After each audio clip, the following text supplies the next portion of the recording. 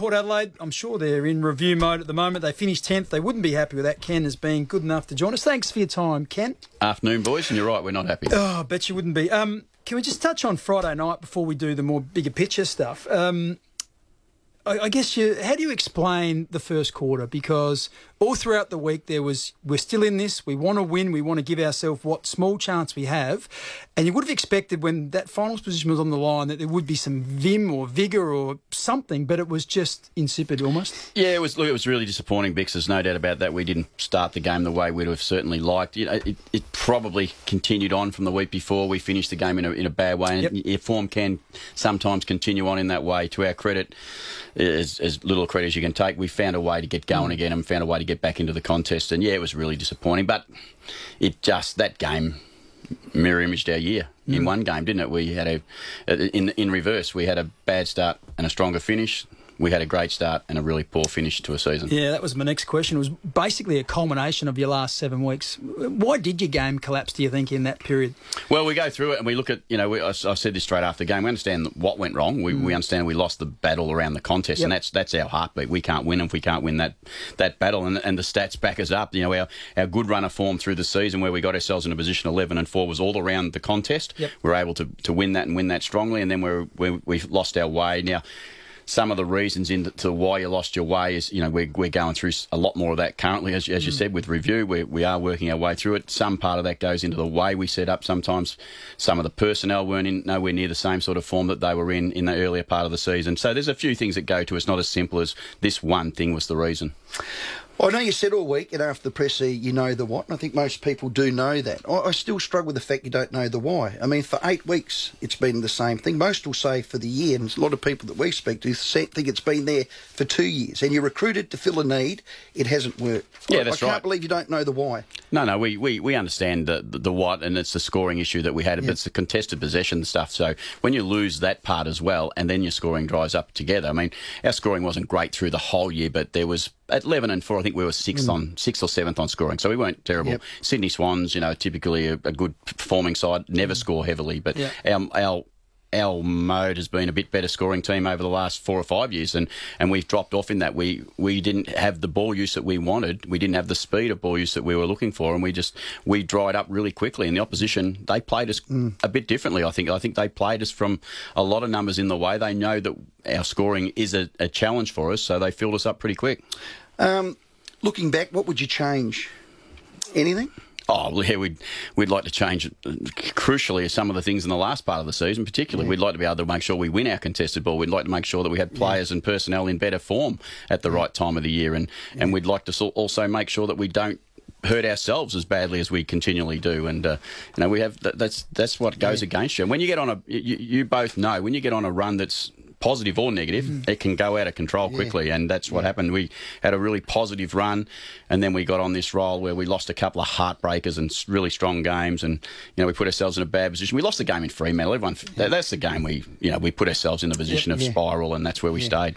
Part of the why for me, and what I was getting to, Champion Data ranked Port second best. Whether we believe that or not, as far as talent on the park, they do that. You got in Watts, Rockcliffe, Motlop, Trengove to a lesser degree, although he played. Are they still the right call now? Yeah, I think there's no doubt that anyone you bring in from you make that same call now. Yeah, we bring in good personnel that we think are going to make us better, and that's that you base that on the evidence that we got. And all three boys, the top three that you talk about, I mean, Jack Trengove, Trent McKenzie, they were different reasons, and particularly the first three, we bring them in to help us make it and to make us better. But so we understand that it's not just a 1 year thing to make us better. Rocky had some issues right from the start of the season. He got on to go and got down. Stephen played, some really good games for us. I said, I think in Showdown 1, he paid for himself in one game, and then, and Jack started off slow and probably didn't build from there as well as we'd like. You get criticised for playing the same players for whatever reason. We've both played. We love coaches that back you in through thick and thin, and that is you as a coach. But are you too pig-headed? I'm not sure which players we're talking about, so if you can give me some examples of players. Oh, well, I'll throw one out. Pittard. He seems to always get a game, and he seems to always be. I don't want to read it out. I showed you this one. This was from Joanne. Hey, boys, could you please ask Ken why the, insert swear word here, they have so much faith in Captain Scary? Now, I didn't know who that was, but in brackets, it's Jasper Pittard. It's a bit disrespectful, but yeah, there it Jasper's is. one Ken, of those you players that polarises everyone. He's good, he's really good, and he's bad can be, I think the word was scary. He's good can be scary in a negative point of view, but, you know, more often than not, he plays pretty solid football, and he's, you know, he's not that far away from being in the All-Australian squad not that long back. Yep. So, but are you pig-headed? Do you think you're pig-headed? No, I'm not pig-headed. But it's nothing wrong for coaches to be pig-headed. Yeah, but there's pig-headed and then there's stupid.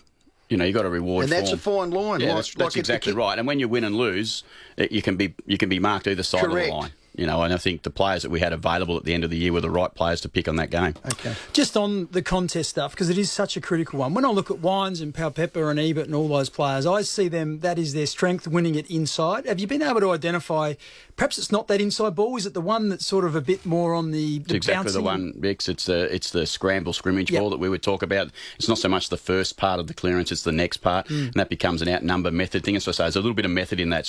It's not willingness to go to the fire, it's the method in which you get in there. So, you know, if you throw everything in the middle, it's all going to disappear. Bees around the honey pot, I think Malcolm Blight used to call that one. And that's typically what we were probably doing. Our want to get after the ball, and particularly by the end, we were just so desperate to get after the ball, we lost the method around the outside of the ball, and that's our responsibility as coaches. So on that, let's start to talk about the balance in there. Jared Polek, I think, is vital, and you spoke this morning and said, along with Andrew Gaff, probably two of the best outside players.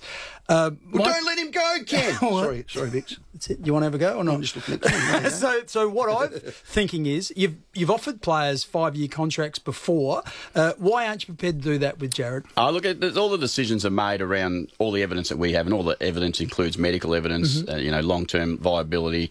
You know, we think Jared's an outstanding player. We made him a really sound and good offer to be a part of our football club for 3 years. You know, and then, you know, he obviously... Look, let's not mess. He got a Godfather offer. It's sitting there in front of him. He's got a 5-year deal from a football club that's incredible money, like ridiculously good money for a player that Jared is. And we've gone to a point where we say that's it. We're fair. We haven't hidden from that, and we haven't. And Jared hasn't hidden from that. He's said himself, "I love Port Adelaide. I'd love to stay at Port Adelaide, but I've got a serious decision to make. The longer this goes, the more likely it is he's going." But getting back to the fact that he's one of two with Andrew Gaff, you've said he's probably going to finish in the top 3 and your best and fairest. So that's almost compelling in terms of, can't you find something to keep him? Because he's not a player that you have 2 or 3 of hanging around in the Magpies ready to go. I won't bust the bank or bust the club to keep one. It's just not right. Okay.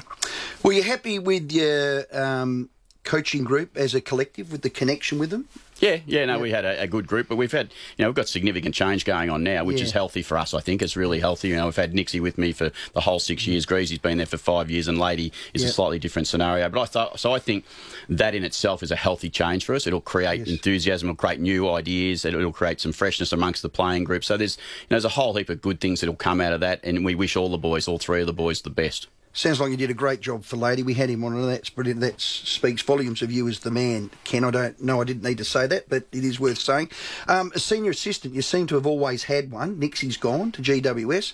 Who's in the can there? Yeah, we'll make some adjustments. We've got some really good people there with me currently. You know, Michael and Bass are still there, Chad's still there, Matty Loke and Scotty Thompson. So we've got, you know, Trent Henschel. We've got a lot of good coaches still around with us. We've got a really experienced group of coaches. We'll make some calls on that in the near future, and we'll get that right.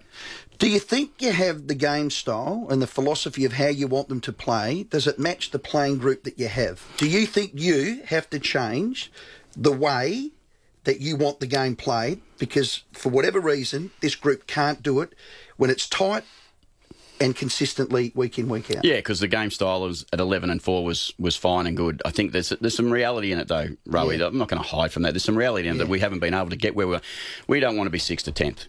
So if that means we've got to make some changes and continue to make changes, we'll make those changes, and that will include game style. That will include what we've got. We will look at our list, and I always say you have to build a style around your list. We can't build our style around Richmond because we don't have what Richmond have. We can't build our style around Adelaide Crows because we don't have what they have. But we can build our style around our players, our personnel, and we've got to get it to a point where they can execute it under pressure, and I reckon that's the key. But they can't. You've got players that are in that team. My point exactly. We have to change some stuff then if that's what it is. Okay, so is that players out or players in? Is it your development? I'd like to go a bit deeper for the port supporters. We will make changes. You know, first and foremost, we've made some changes in the coaching staff. Okay. We're going to do something different there. Yep. That'll bring in new ideas. Yep. That'll bring in some opportunities to change some part of game style. Yep. Every AFL club does it. Makes change. List, players, coaches, support staff. We all make changes at this time of the year. We'll be no different. We're not going to accept 6th to 10th. That's not where we set up to go. Port Adelaide don't do that. Yep. Kicking has been a topic of much debate. In your eyes, have you got a good kicking team? No. The numbers suggest that we're not the most polished kicking team in the competition. The numbers also suggest that we take some of the most difficult kicks, which is, again, part of game style rower that we just talked about. So if we're unable to execute some of those things, maybe we have to make some adjustments in that space. So my theory is that perhaps you gave up some of your attack to be a little bit safer with the ball to protect that. I just wonder, is that plausible? Can you continue to play safe footy so you don't get exposed on turnover and still find a way to score? I think we got a pretty clear answer, didn't we? I think that's really simple, Bicks. We did. We made some adjustments a couple of years back about making sure that we didn't leak too many easy goals. Yep. Maybe that's just gone a little bit too far the other way, and it stopped us scoring enough easy goals ourselves. Because even, last year we were a good scoring team. This year, second, as I said, I think, this year at midpoint we were 6th or 7th. I said we weren't terrible, but at the end we really dropped away. Crikeys. 9 times you scored over 100 last year. 7 were over 120. You did it twice this year. What type of player do you need? If you could just, pick one out of any club, what style are you looking for? Well, we'd start with Buddy, wouldn't we? I knew that would happen. Well, no, okay. Let's be more general in terms of players. Now that Jared Pollock, also potentially, if he leaves, he looks like a player that you'd need to replace, and I would even suggest maybe one more of that ilk. Yeah, we could certainly use some polish around the midfield. There's no doubt we've got some real aggressive players and really strong players. But I think there's some also enormous upside in still. Wines is 24, Power Pepper's 20. There's still some significant upside in them, And yet clearly we're going to go to the draft and we're going to bring in some young players. And normally your top 10 players in the draft, or that number, they tend to be around the midfield type players. Yep. Ken Hinkley for Puritap. We love him in the studio answering all our questions. If you've got any more, you can get them in on the Mile End Office Furniture text line. How did the meeting in David Koch's hotel room go the other morning?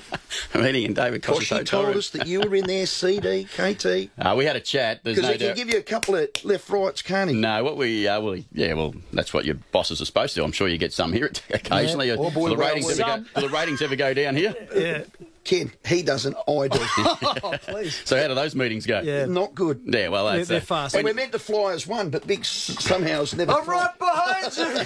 That's how we go. No, I've got great support, and that's the fantastic part. That Keith, David, Chris, myself, we're on the same page. We've arrived at that moment where we're going to continue to strive to become the best football club we can. That was what you would expect from a chairman and a CEO, and that's what I expect from the senior coach and the football manager of the head of football department. Yep. Yeah, your supporters just want hope. There's a great trade. Who's on the trade table? Now, we're hearing Chad Wingard. Have you got the courage, as Kingy's words, to trade a Chad Wingard? Look, I did something this morning, radio this morning, a simple answer. I'm not going to individualise on players. No one would expect me to, I don't think. But we are not going to accept where we are. That's as simple as that. We're going to try and make change. We're going to be aggressive with what changes we can make, and we'll make sure we view that the right way, and we won't leave no stone unturned. Okay, so everyone's on the trade table. Well, as soon as you say that, they go and say you're going to trade Ollie Wines. That's a ridiculous thing to say. We're going to look at Can I take that back? Because I don't want to be ridiculous. And you look at me that'd be like good I if you was. took that back and said we're going to look at our options to strengthen our list. Okay. If Jared Pollock was to leave us, we'll get a first-round draft pick for Jared Pollock. Okay. We've already got our own first-round draft pick. We've got St Kilda's second-round draft pick. We're in a really healthy position from a draft point of view, which will give us 3 or 4 picks inside 25 probably. So Chad Wingard is on the table. Chad Wingard, we said we're not going to individualise Stephen. I like the way you try to get Chad Wingard's name out there, but it's not going to happen. Well, no, but I don't. I think he's. Well, it seems like you do because you keep asking about Chad. I've got to ask the questions, Ken. You can hit me after. Right. 10 minutes to 5. The draft, as you said, you've got 9, 21, 27, 45, 46 at the moment. Potentially one other first-round pick. It'd probably be close to single figures too for Jared Pollock.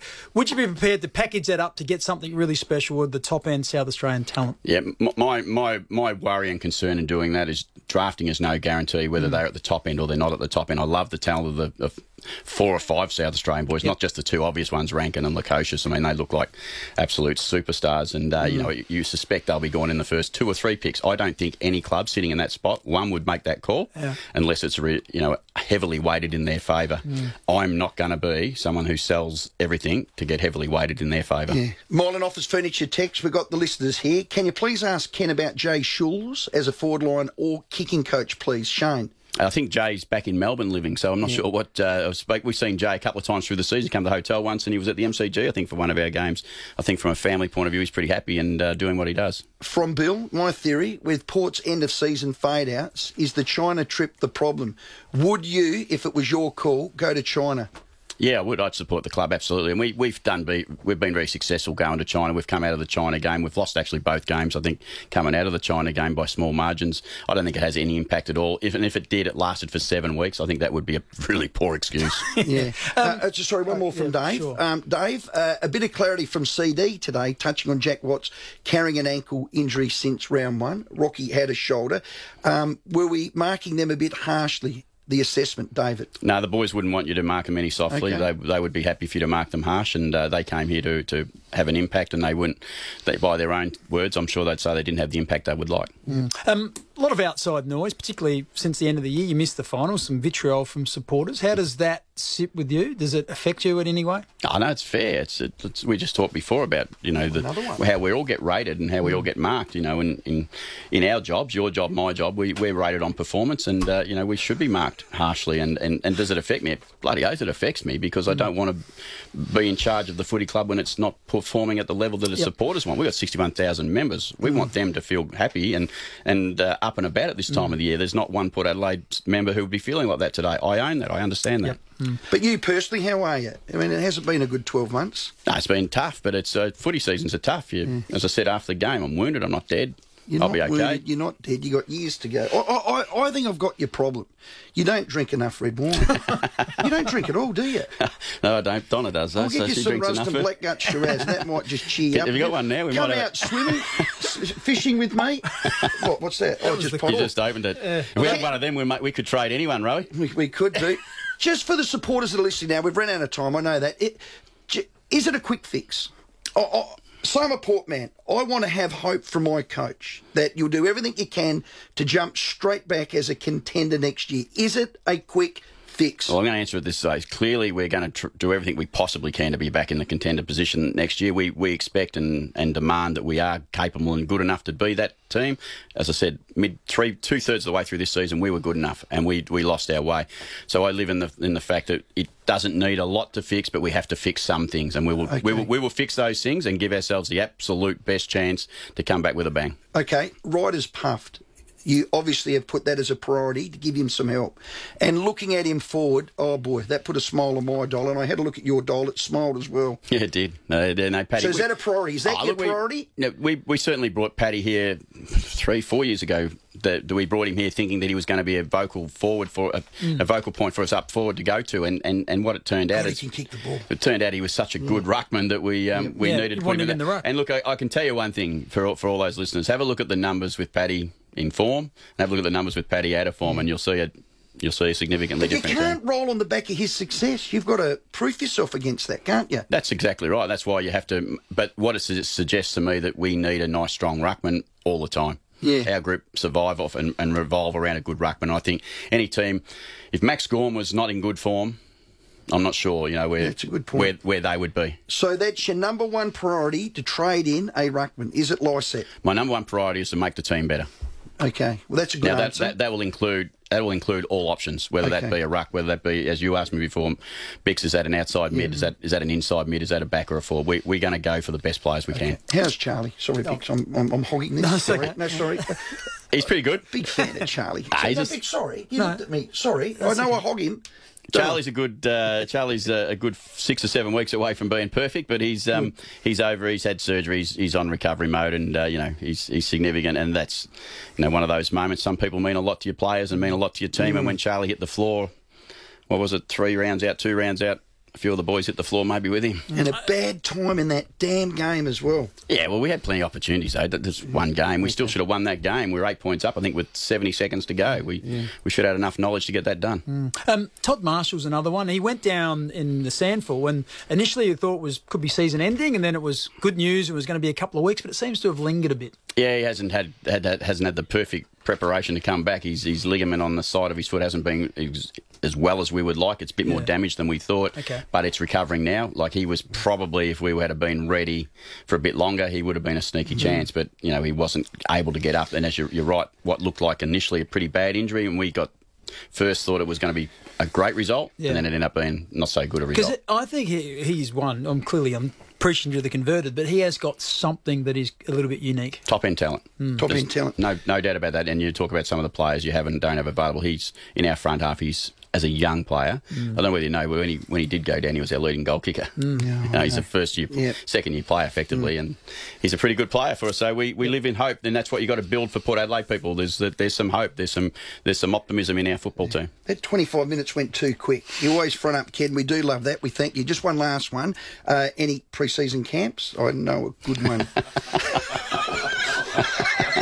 Any songs you want to sing? Sorry. Well, can I take that? Bicks, when you're down, you don't boot a bloke with it. Kenny, I apologise to all the sundry. Quickly, what does the next, say, 3 weeks look like? How long do you spend reviewing, and then do you take a little break, and then how long before you get back and start? Yeah, I'm really keen on Bicks that we'll get done with all the reviewing in the next couple of weeks. Yep. And I think we'll get some separation, and then we'll start to get on with the what's next, and we'll get really aggressive then, and we'll be really ready, and we'll have some energy. Because I think the way it feels currently right now for everyone, you know, it's still hurting a fair bit, and I don't reckon you can recover while you're hurting. You've got to get some of that done and then come away, and we'll get back. You know, I love the fight. I'm up for it, and I'm sure everyone at Port Adelaide's up for it, and all the supporters as well. As much as they're all hurting today, we'll all bounce back. Get your dogs out, Ken, as always. Thanks for your time. We love it. Go on, you boys.